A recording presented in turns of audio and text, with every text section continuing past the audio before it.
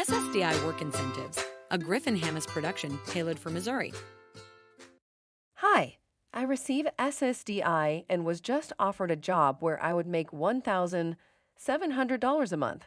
I haven't worked since I got SSDI, and I'm wondering what would happen if I took the job. Well, that's an exciting opportunity. With SSDI, there are 3 phases of work incentives. The first phase is called the trial work period. During this phase, you can earn any amount and keep your SSDI. That's great. How does it work? When you became eligible for SSDI, Social Security gave you 9 trial work months. Each time you earn above the trial work level, you use up one of those months. In 2025, the trial work level is $1,160 a month. It usually goes up in January of each year. If you haven't worked since your SSDI began, you likely have all 9 trial work months available. That means when you begin earning $1,700 a month, you should be able to keep your SSDI for at least 9 months. That sounds great. What happens after the 9 trial work months? After you finish your 9th trial work month, you enter Phase 2. Phase 2 is called the extended period of eligibility, and it lasts for 3 years. During Phase 2, Social Security checks to see if your work is above or below substantial gainful activity, or SGA for short. In 2025, SGA is $1,620 a month, or $2,700 for people with blindness. During Phase 2, in months your work is below SGA, you get SSDI. In months your work is above SGA, you don't get SSDI. It is paused in those months.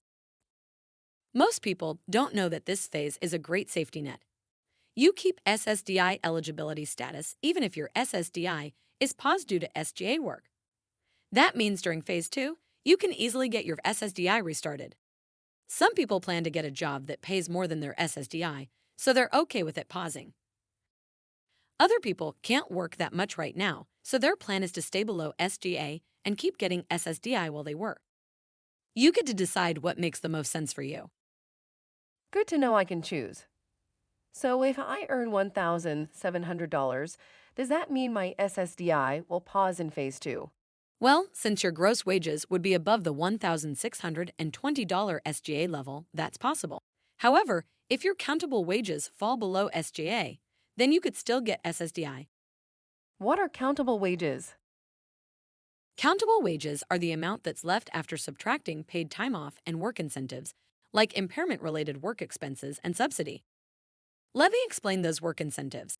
Impairment-related work expenses, IRWE for short, are expenses that relate to a medical condition you have that you pay for and that make it possible for you to work.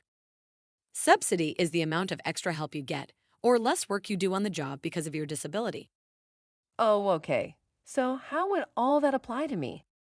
That's a great question. Let's look at an example. Let's say each month you spend $100 on medications that you need to be able to work. Plus, let's say you get $200 worth of help from your coworkers to do your job. After subtracting those from your gross wages, you end up with $1,400 in countable wages. That's below SGA, which means you would likely still receive your SSDI. Great, I got it. So if I do end up earning above SGA, it's good to know I can easily get it back. So what happens in Phase 3? In the third phase, Social Security will still check to see if your countable wages are above or below SGA. If they're below SGA, your SSDI simply continues. If your countable wages go above SGA, then your SSDI would stop completely. To get it back, you would need to do a new application or request expedited reinstatement, which is another safety net. Expedited reinstatement gives you up to 6 months of SSDI, while Social Security checks to see if you're eligible for benefits again. All right, I think I got it. It's great to know I have safety nets to support me as I return to work. You can learn even more about SSDI and work at mo.db101.org. Read the article about work incentives, which has a section on SSDI work incentives. You can also use the benefits and work estimator to see how you can be better off with a job. And if you'd like to speak to someone about SSDI and work, call Social Security's Ticket to Work helpline at 866-968-7842 or 866-833-2967 for TTY.